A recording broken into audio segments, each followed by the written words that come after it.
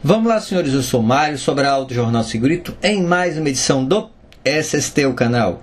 E hoje eu vou usar um visual diferente, vou usar os slides aqui para passar informações sobre a NR12.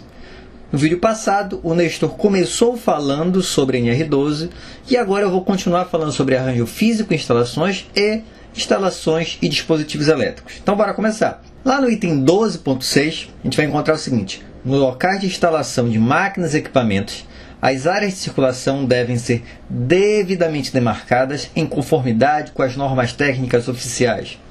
Por que é importante a questão da demarcação?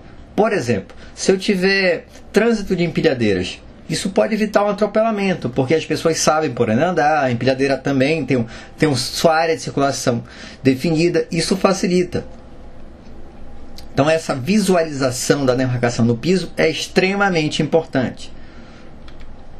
12.6.1. As vias principais de circulação no local de trabalho e as que conduzem às saídas devem ter no mínimo 1,20 m de largura.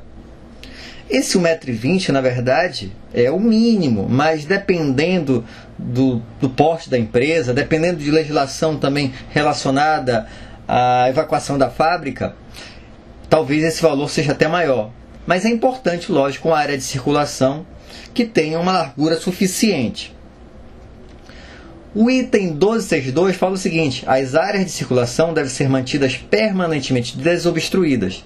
Porque pensa bem, tudo bem, eu tenho lá 1,20 m, 1,40 m, 1,50 m de largura. Só que está tudo obstruído, como nessa figura aí que vocês veem, nessa foto ao lado.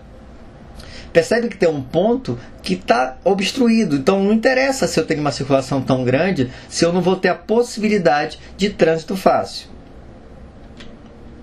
O item 12.8 fala o seguinte: os espaços ao redor das máquinas e equipamentos devem ser adequados ao seu tipo e ao tipo de operação, de forma a prevenir a ocorrência de acidentes e doenças relacionadas ao trabalho.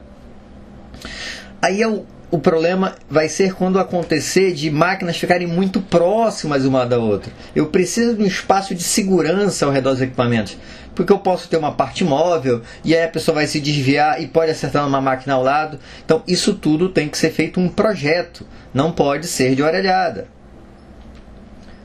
E no item 12.9, os pisos do local de trabalho, onde se instalam máquinas, equipamentos e das áreas de circulação, devem ser mantidos livres de objetos, limpos e livres de objetos. Então percebe aí na foto que é um piso mais decente. Digamos, se tivesse molhado, é mais fácil de enxugar. Se tem questão de óleo, é mais fácil de retirar esse óleo. Então, ter características de modo a prevenir riscos que os tornem escorregadios. Aquilo que eu estava falando. Nesse piso é provavelmente um piso epóxi. Isso facilita a limpeza posterior. Ser nivelados e resistentes às cargas. Se eu tenho muito ressalto, se eu tenho degraus, isso dificulta a circulação e a possibilidade de queda. E ter a resistência suficiente do piso para colocar uma máquina de maior carga não vai ter problema.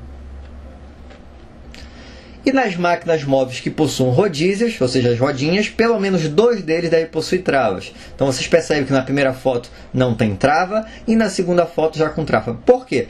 Porque digamos que tenha vibração no ambiente, a máquina vai começar a andar, ou sem querer esbarrou, a máquina vai andar, isso pode atingir alguém. Então é importante que eu tenha a possibilidade de travar esse tipo de equipamento. E agora vamos para as instalações e dispositivos elétricos, o item 12.14.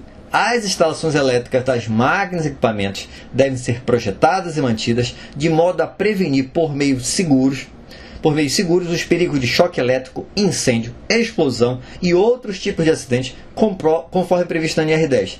Aqui você precisa ler em paralelo a NR10 e as outras NBRs complementares, porque muito do que vai ter em relação à questão elétrica vai ter que ser complementada pela NR10. Então bora ver aqui alguns dos principais itens.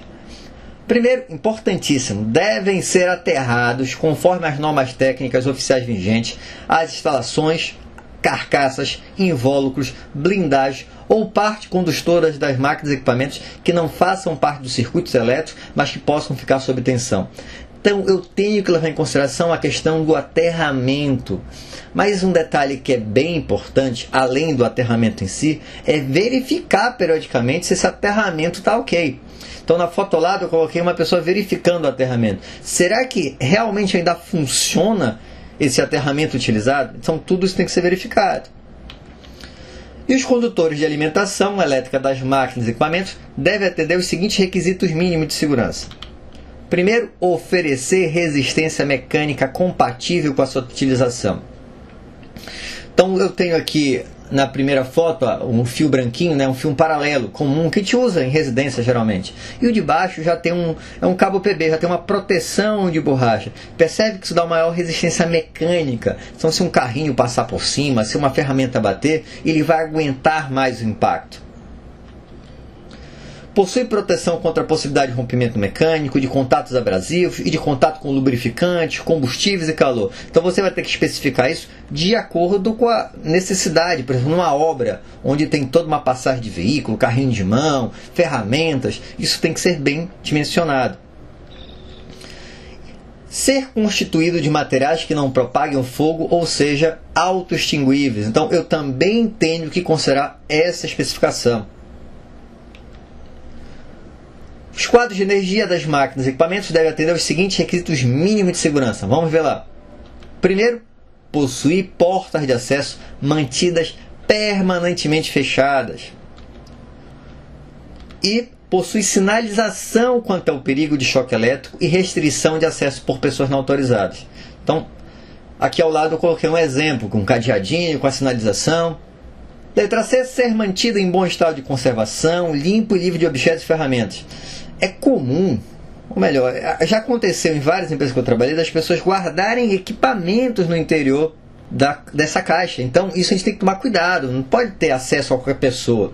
E possuir proteção e identificação do circuito. Então a pessoa tem que saber, olha, eu estou desligando tal disjuntor, qual o circuito que está sendo desligado? Então qual parte da máquina? Isso tem que ser levado em consideração. E atender ao grau de proteção adequado em função do ambiente de uso. Em relação ao grau de proteção, vamos entender melhor. O grau de proteção IP, Índice de Proteção, apresentado na norma NBR IEC 60529, a norma é grau de proteção para invólucros de equipamentos elétricos, classifica e avalia o seguinte. Então o que ela vai avaliar? Primeiro, proteção de pessoas contra o contato a partes energizadas sem isolamento e contra o contato às partes móveis no interior do invólucro e proteção contra a entrada de corpos estranhos. Já vou explicar melhor. Só deixa eu acabar de ler aqui. Proteção do equipamento contra o ingresso de água em seu interior. Então como é que vai ser? Vai ter lá uma sigla IP e 2 números. O primeiro dígito, eu não coloquei a tabela inteira aqui, mas só para a gente entender. Percebe lá, tem dígito 0. Descrição não protegido, proteção sem proteção especial. Mas se eu tiver o dígito 1, então IP1, protegido contra objetos sólidos maiores que 50 milímetros. Proteção grande, superfície do corpo humano, com uma mão, nenhuma proteção contra a penetração liberal no equipamento. Então ele vai dizer que é uma proteção mínima. E o segundo dígito? O segundo dígito seria, por exemplo, 0, não protegido, nenhuma proteção especial, um invólucro aberto.